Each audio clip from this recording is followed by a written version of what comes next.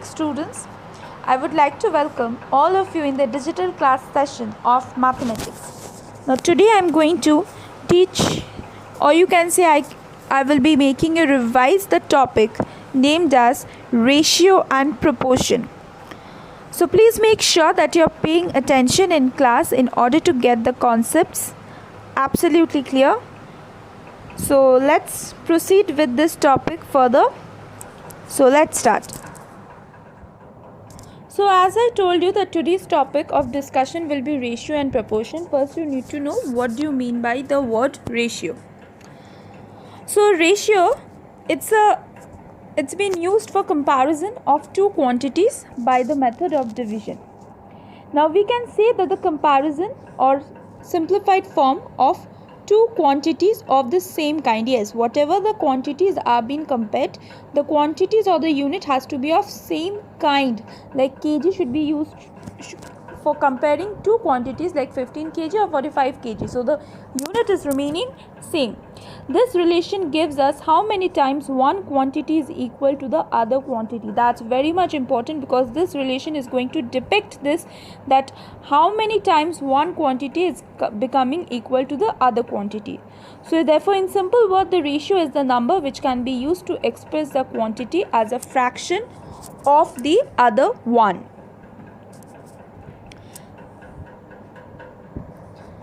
So the two numbers in a ratio can only be compared when they have the same unit. We can make use of ratios to compare two things.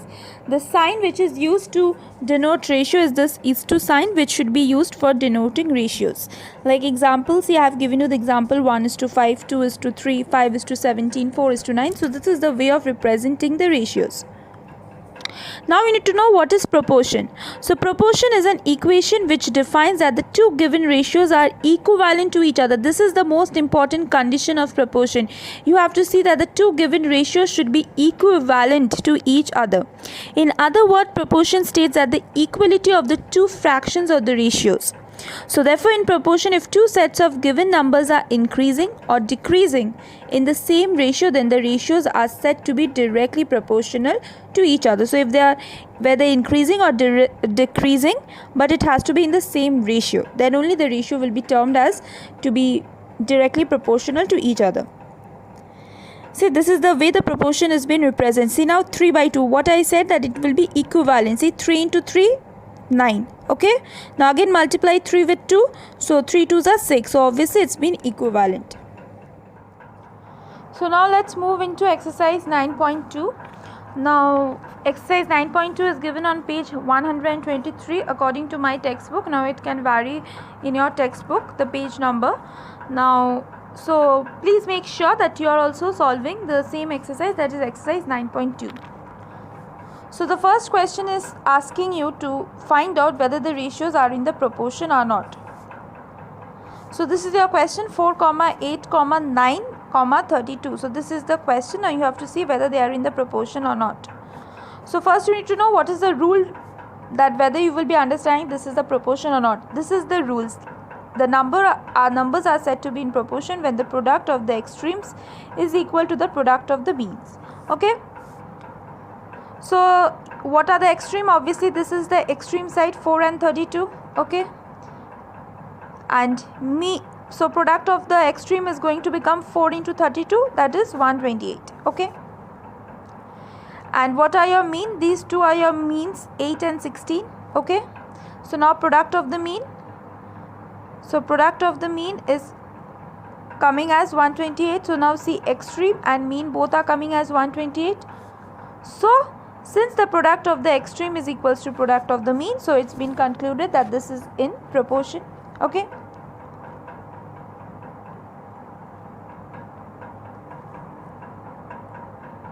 So question number 2 has been asking you to fill in the blank so that 4 terms are in proportion.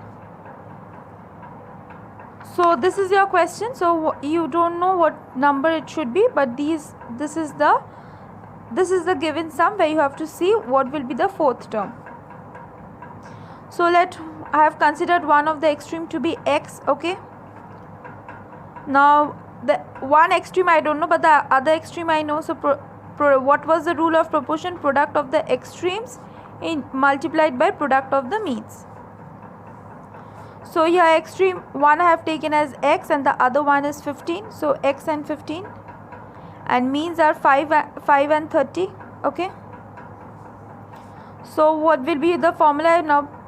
X into 15 equals to 5 into 30. So from here you will be getting the value of x. 15x equals to 150. So if 15x equals to 150, then obviously you can get the value of x by dividing 150 by 15. So I have divided. See, I have divided and I will be getting my value as 10. So x will be equals to 10. So here the term will be, this term will be 10. Okay. Now let's move into question number 5. What is the question? I am reading out the question for you. See, the cost of 24 breads is rupees 432. Ravi has rupees 180. How many breads Ravi can buy? So 24 breads cost rupees 432. Ravi has only rupees 180. So how many breads will Ravi buy? So I have done the relation of a proportion. See, 24 breads is to x, because I don't know how many Ravi will be buying, but I know what is the amount. 24 breads cost rupees 432. So I have written 432. Okay, and Ravi has rupees 180, so it's 2 rupees 180. So I have just divided into product, into extremes, into that relation, extremes and mean. So these 24 and 180 is becoming my extremes, and x and 432 is becoming my mean. So now I have to consider something. Okay, so that's why I have considered this to be as x. Okay, so let x be the number of breads. So product of extremes will be what? 24 into 180. Okay, and product of means will be x into 432. Okay, so 24 into 180. Now keep that formula in mind. Product of the extreme equals to product of the mean. So I have applied the formula. 24 into 180 equals to x into 432. So from here I can find the value of x, because x equals to 24 into 180. Okay, 24 into 180 by 432 divided by 432. So my answer will be 4320 divided by 432, and finally I am going to get, if I divide by 10, I will be this 4320 will be getting divided, so my answer will be 10. Okay, so Ravi could buy 10 breads. Okay, so now let's move into question number 9. Question number 9 is been told a man deposits rupees 50,000 and gets an annual interest of rupees 5,000. How much money the man has to deposit in bank to get an annual interest of rupees 8,000? So this is your question. Now again I will be arranging in terms of extremes and means. So now see how I am doing. 50,000 is the deposit. Okay, so this is the deposit. Now second deposit I don't know, so I have taken assumed to be as x. Now annual interest at a man deposit rupees 50,000 gets an annual interest of rupees 5,000. So on 50,000 the annual interest was 5,000. So I have written it. But on x amount, what will be the annual interest? That is also given, that is 8,000. So now you will be able to solve. See, I have assumed that the amount of money needed to be deposited in bank be rupees x. So now you can apply that product of the extremes. So product of the extreme was 50,000. 50,000 into 8,000, right? And product of the mean will be 5,000 into x. So 50,000 into 8,000 equals to 5,000x. Now you can find out the value of x. So x will be 50,000 into 8,000 divided by 5,000. So if you reduce it, deduct it, you will be getting your answer is rupees 80,000. So rupees 80,000 needs to be deposited in the bank. Okay. So now let's move into exercise 9.3, which deals with the different method that is known as unitary method for solving the sums. So the question is, first question from exercise 9.3. 20 bars of ice cream cost rupees 700. What would be the cost of 45 bars? Okay. So I know cost of 20 bar, as from the question what I know, cost of 20 bars of ice cream is rupees 700. So cost of 1 bar I can find out by dividing 700 by 20. So then I can obviously find out cost of 45 bar. It will be 700 divided by 20 into 45. So if I solve this, I am going to get it as rupees 1,575. So my answer will be cost of 45 bars of ice cream will be rupees 1,575. Okay. So now let's move into question number 5. Now the question number 5 is being told as the cost of 15 meter of cloth is rupees 7,500. So what will be the cost of 35 meters of cloth?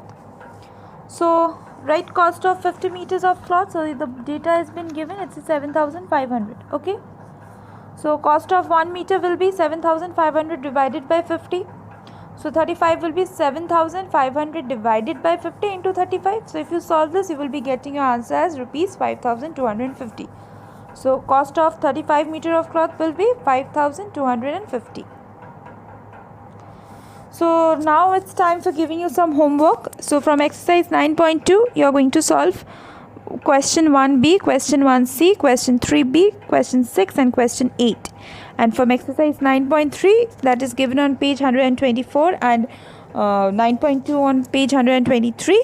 So from page 124, that is from exercise 9.3, you will be solving 2, 3 and 4. Okay, and all these work should be done in your mathematics exercise copies.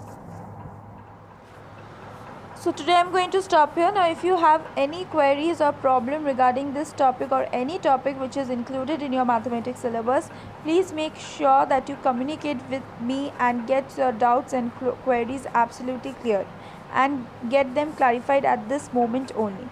So if you have any problem, you can contact me in this mail ID. So this is my mail ID. By now every one of you know my mail ID. This is my mail ID where you have to communicate with me. You will be sending your queries and then I will be solving them. Okay, now we also welcome your responses by way of your views and feedback on the PowerPoint presentations and videos at feedback.stmichaelsacademy@gmail.com. So if you have any feedback, you will be using this mail ID, and for queries and doubts, study related issues, you will be using this mail ID. Okay, so thank you and have a great day.